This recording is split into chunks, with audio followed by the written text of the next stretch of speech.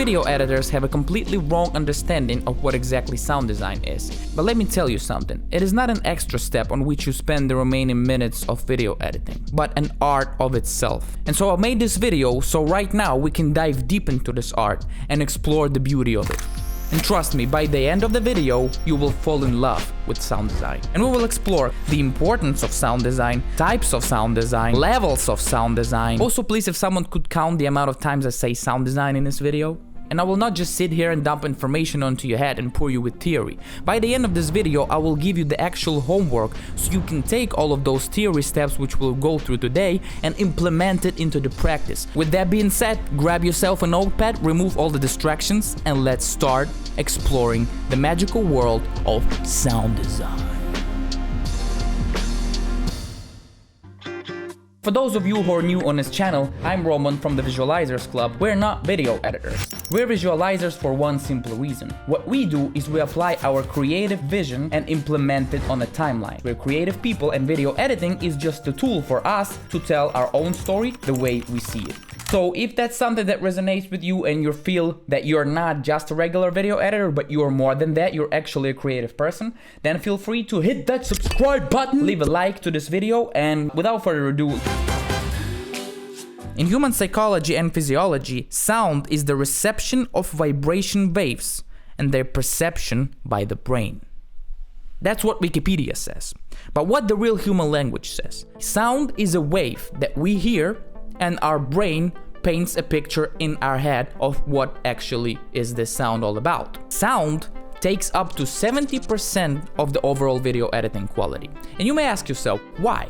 Throughout our lifetimes, our brain has a sort of a database of all the sounds, and it actually has the visual attached to it. You see so many cars driving, and so therefore whenever you hear a car passing by, you imagine the car even if you don't see it. And so what's so impressive about sound design? If you, for example, you would see ducks swimming in a river and you were constantly hearing the sound of a car passing by, then whenever you would hear a car passing by, you would imagine a duck in a river.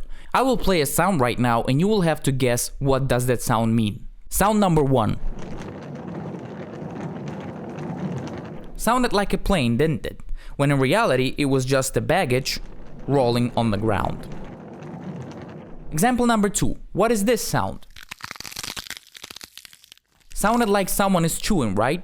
But in reality there was someone who's actually walking on the dirt. But to be honest with you, that sound actually represented someone actually crunching. But your brain already made a connection to the visual that someone is walking to the dirt, and therefore you now perceive it as someone is walking on the dirt. Example number 3.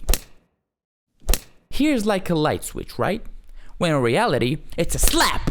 Now, do you see how interesting sound plays with our brain? In fact, there was a literal light switch sound effect, but when I told you it's a slap, now you start perceiving it as a slap. In order for us to understand the full picture, we need to perceive stuff visually and with sound. When we see and we hear, the information is perceived more easily, and our brain has to give less energy to understand that information. So if you really take that light switch effect and apply it to the B-roll of slapping, people and the viewer will hear it and see it as a slap. When you're watching a video without a sound, it might feel like in a vacuum. I want you to understand that sound highlights your visuals. That's the only way that you make the video more interactive and more perceived to the viewer as it's happening right here instead of somewhere in a space in a vacuum. In order for the viewer to be more immersed, you have to highlight your elements with the sounds. Which leads us to the types of sound design which you should do on your videos. Those are the two main types of sound design: highlighters and enhancers. Now keep in mind, you should apply sound design only after you have everything else already set. You should have your music applied, you should have all of your visuals, all of your b-rolls, all of your animations applied already, and now you're proceeding to that bottom of the audio tracks, which is like the ocean, like, you know, it's really the sound design to me, as I see it right now, like as the metaphor, is like the tip of the iceberg is the video, but what's happening down there, that's the actual sound design, the real stuff, the real sauce which brings to the videos is really down there. Highlighters is everything that highlights the movement of what is happening in the visuals. It's not whooshes, it's not hits, it's when a person is walking, you hear a sound of walking. If it's a quiet room, you hear the floor is creaking. You hear the leather, his jacket is moving. When he turns, you hear the ambience, because our life is filled with highlighters. Now, you don't have to apply each and every single detail. Like if you see some super small bird at the background, you shouldn't highlight that. But what you should do is you should highlight all of the main points that are happening in the video with highlighter sound design. For example, if you see the fireplace in your shot, you should add fireplace sound design. That's how your video will be more interactive. And if a viewer will watch a person talking at the fireplace, he will hear that sound and it will feel more like I'm there in that room. If you feel the person is doing this on a chair, you should highlight it with chair creaking. There are literally millions of sounds like this, which are basically highlighters. Stair creaking, chair squeaking, leather jacket, scratching the skin, sword. Why are all of these sound elements available? Because they highlight the scene, they make it live. And if you look at the Hollywood movies, at the sound design process, they don't record the sounds on the actual set. Then at the studio, they record those sounds, those highlighter sounds. Like they do, if the horse is walking, they emulate the waves, the sounds, and when they're backed up visually, that's when the whole picture is created.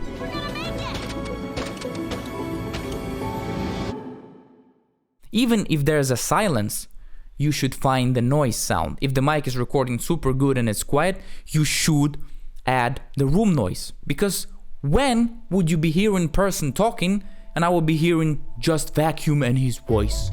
You would think, what the fuck is this maniac doing to me? Is he gonna kill me, rob me, steal me, what the f? But you see, the highlighters are meant to bring the video to life and make it more interactive. And how can you basically structure your highlighting? Because it's like a blank canvas and you have to paint it, but you don't go all over the painting and do stuff. You just paint with one color, then with the second color. Same with video editing. First of all, you have a scene. What you do first is you fill it out with ambiances. If the scene is in a forest, you add ambience forest sound. If it's on a street, you add busy traffic. If it's in a restaurant, you add restaurant ambience. Then you start highlighting the elements of what is happening in the actual scene. If someone reaching out to something, if someone stabbing someone, if someone's shooting someone. And also you have to figure out the size of the shot. Like if it is a close-up, right? Then you hear a person breathing. If I would be close and staring to you like this, what would you hear? You would hear my breath. You would hear me talking, you would hear my skin even moving at some points. According to the frame and the shot size, you should build your highlight and sound design. If I'm close, you do the breathing. And once you do that, then we can proceed to the second type of sound design, which is enhancer. I want you to imagine trailers.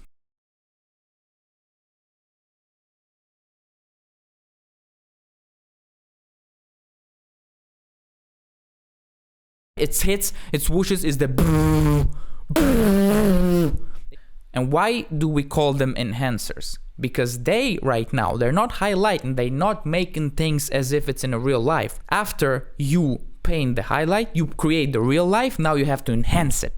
First of all, if the saying of a person or if there's something dramatic happening, you should always accent it with a hit.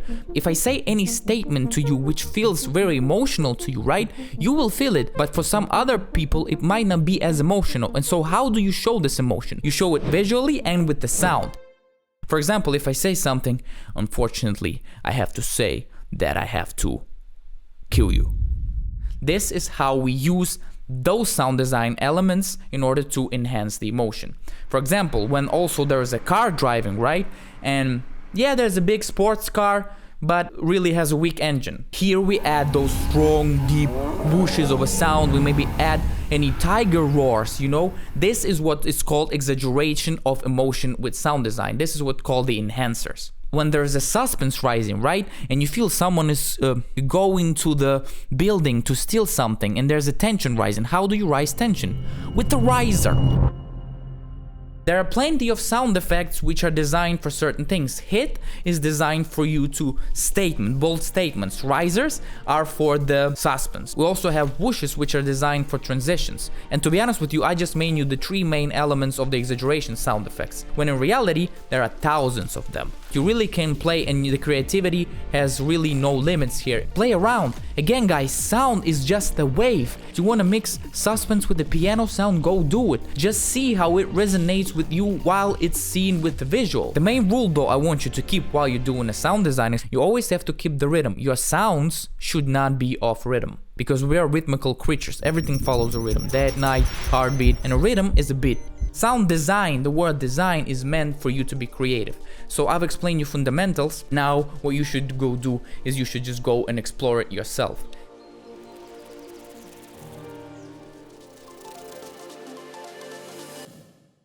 For the past 5 years, I think, I've been collecting this library of highlighters plus enhancers. Lighting sounds, bottle breaking sounds, punching sounds, candle lighting, zipper, cigarette smoking, drinking, window breaks, drums, reveals, trains, police sounds, ambiences. Any sound you can imagine. There's even orgasm, sex, and cum sounds, I'm sorry. So literally, there's any sound possible there. It is inside our private community visualizers club. And I would like to just give it to you for free, because I know how hard it is to assemble your sound design library, and if I already did it, why, I don't mind sharing, so just go inside visualizers club. But that's not it, my friends. We are approaching our homework. I will give you the video. It's probably gonna be a montage of stock footage. It's gonna be completely vacuum, no sound at all. And what I want you to do, paint sound design on that video. Be as creative as you possible, use enhancers, use highlighters, but create me a cinematic feeling with it. Play around with it, don't rush it, just do it and have fun with it, and you really fall in love with the sound design. Try to paint a picture and you will just see how fucking great it is when you see the bird flying and then you put the sound design cinematic whoosh with the hit, and now you see how it just hits you when you see the bird flying. That's just the magic of sound design. I really love it. And we will do it as a part of our Visualizers Club cash prize competitions. You will submit your works, I will review them, we will place a vote, and whoever did the sound design best based on opinions of all of our club members will get $100 as a prize. Once you have the sound design in place, it will just sound messy. That's how it will sound, just one big frequency of noise. That's where mixing comes in.